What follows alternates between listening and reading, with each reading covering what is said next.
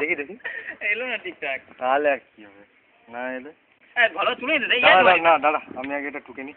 টুকতে দে আমাকে, আগে পরীক্ষায় পাস করতে হবে। এটা কি? এটা হচ্ছে ভোল্টেজ ডিফারেন্স। বললাম তো। আমার তো ছবিটাই মনে থাকছে না।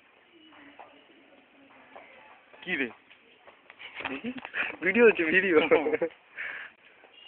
You keep talking. Voltage differential কি হলো? দাঁড়া আগে টুকছিস।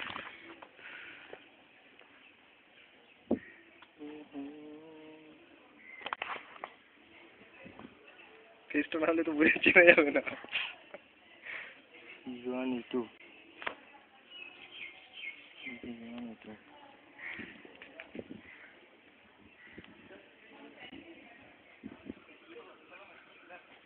হয়ে গেছে। রিলে পার্টিং করে অল্টারনেটিভ পিনের দাগ পড়ে গেল পেন্টে।